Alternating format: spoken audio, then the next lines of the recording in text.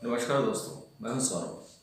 आज लॉकडाउन के दौरान बहुत सारे परिवर्तन आए और उसमें एक परिवर्तन ये भी है कि स्कूली बच्चे, कॉलेज का प्रशासन, माता पिता कह रहे हैं कि मेरा बच्चा 3 महीने से स्कूल नहीं गया, मैं उसकी फ़ीस क्यों अदा करूं। और कॉलेज के प्रशासन बोलते हैं कि मेरे तो खर्चे ज्यों के त्यों हैं, मेरी इसमें कौन सी गलती। समग्र टीम ने लखीमपुर के सिटी मॉन्टेसरी स्कूल के प्रबंधक विशाल सेठ जी से बात की और समाज सेवी, युवा समाज सेवी मयंक शकून अवस्थी जी, जो कि इस कार्य में काफ़ी मेहनत से लगे हुए हैं, उनसे बात की। अब ये फैसला इस वीडियो को देखने के बाद आप ही लोग को करना है। चलते हैं हम लोग रितेश भसीन। नमस्कार सौरभ जी, इस समय हम हैं सिटी मॉन्टेसरी इंटर कॉलेज में। हमारे साथ हैं स्कूल के प्रबंधक Vishal Seth ji. No school no fees campaigning को लेकर फेसबुक और हर जगह मुहिम एक चलाई गई है। नमस्कार दोस्तों,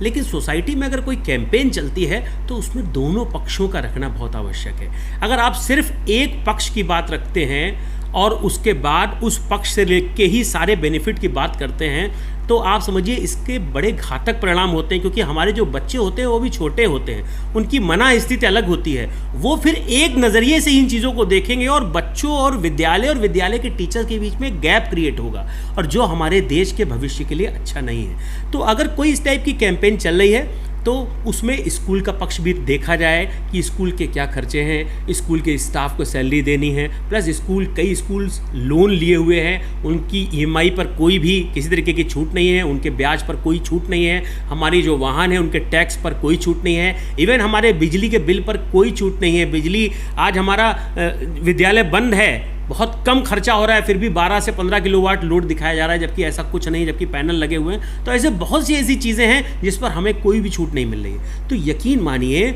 हम सब अपने अभिभावक के साथ में हैं, और अभिभावक ये सुझाव है अपनी सरकार से कि पहली बात तो स्कूल को कैटेगराइज करें। स्कूल, बहुत से ऐसे स्कूल हैं जिनका फीस स्ट्रक्चर अबाउट 20,000 है, कुछ 20,000 के नीचे हैं, कुछ 10,000 के नीचे हैं। अगर हम कोई एक कॉमन नियम इन सब पे थोपेंगे तो शायद जो कम फीस वाले स्कूल हैं वो ज़्यादा सफ़र करेंगे। तो थोड़ा सा गवर्नमेंट आगे आए, इन सब पे ध्यान दे, कैटेगराइज करे, और अगर जो भी सरकार अब समाज के हित में, अभिभावकों के हित में, विद्यालयों के हित में जो भी निर्णय लेगी उसको हम सब विद्यालय वाले मानने को तैयार हैं, और यकीन जानिए हम अपने अभिभावकों के साथ कंधे से कंधा मिला करके आगे चलने को तैयार हैं। क्योंकि सौरभ जी, इस समय हम यहाँ पर प्राथमिक विद्यालय में हैं। हमारे साथ फीस माफ़ी मुहिम पर नो फीस नो उस पर जुड़ चुके हैं मयंक शकून अवस्थी जी। इनका बहुत बहुत स्वागत है। आइए जानते हैं मयंक शकून अवस्थी जी से कि अपनी मुहिम किस तरीके से चला रहे हैं, कैसे क्या कर रहे हैं, बताएं सर। नमस्कार भैया, जो है नो स्कूल नो फीस की मुहिम कई जो अभिभावक थे उन्होंने हम लोगों के सामने मांग रखी थी।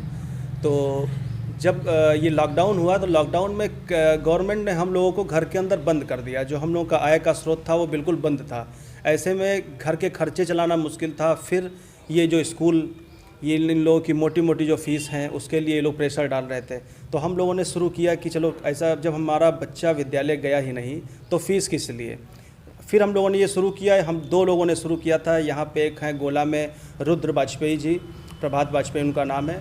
वे धीरे धीरे लोग जुड़ते चले गए और ये मुहिम रंग ला रही है। कई जगह पर, कई शहर में जो है फ़ीस माफ़ भी हो चुका है। अभी कल परसों में लखनऊ में भी फ़ीस माफ़ हुई है। कई परिवार थे ऐसे जो इस जो है समस्या से गुजर रहे थे, लेकिन उनकी कोई सुनने वाला नहीं था। फिर हम लोगों ने एक माध्यम दिया, माध्यम देने के बाद लोग जुड़ते चले गए। फिर हमने अपने जेपी के उनसे इस बात को रखा, उन्होंने भी जिलाधिकारी जी को जो है लिखित में दिया कि इस पर कुछ आप करें। तो मुझे उम्मीद है कि अभी जिलाध्यक्ष जी ने कहा है कि इस पर कुछ ना कुछ होगा, अच्छा ही होगा। मुझे भी उम्मीद है कि जिलाधिकारी कुछ ना कुछ उस पर करेंगे। अभी लखनऊ में कर चुके हैं तो और भी उम्मीदें हैं। फैसला आने जा रहा है, क्या उसके बारे में? शिशिर चतुर्वेदी जी हैं, हिंदू महासभा के राष्ट्रीय प्रवक्ता हैं, बड़े भाई हैं हमारे। हम लोग उनसे निवेदन किया था कि दादा कुछ हमारी हेल्प करें, आप हमारे बड़े भाई हैं। उन्होंने हाई कोर्ट में याचिका दायर की थी। उस याचिका के विरोध में, विपरीत में कपिल सिब्बल साहब स्कूल, अब सोचिए कि स्कूल, कपिल सिब्बल साहब की फ़ीस कितनी मोटी है, स्कूल के पक्ष से वो खड़े होकर के लड़ रहे थे। हाई कोर्ट ने शासन को आदेश दिया है कि हमें 15 जून तक की आप बताएं कि जो भी व्यक्ति, जो भी लोग घर के अंदर हैं, वो अपनी फ़ीस किस तरीके से दें। मुझे उम्मीद है कि हाई कोर्ट हम लोग की समस्याओं को सुनेगा और इस पर निर्णय हम लोग के पक्ष में होगा। एक तरफ अभिभावक हैं, एक तरफ स्कूल का पक्ष है।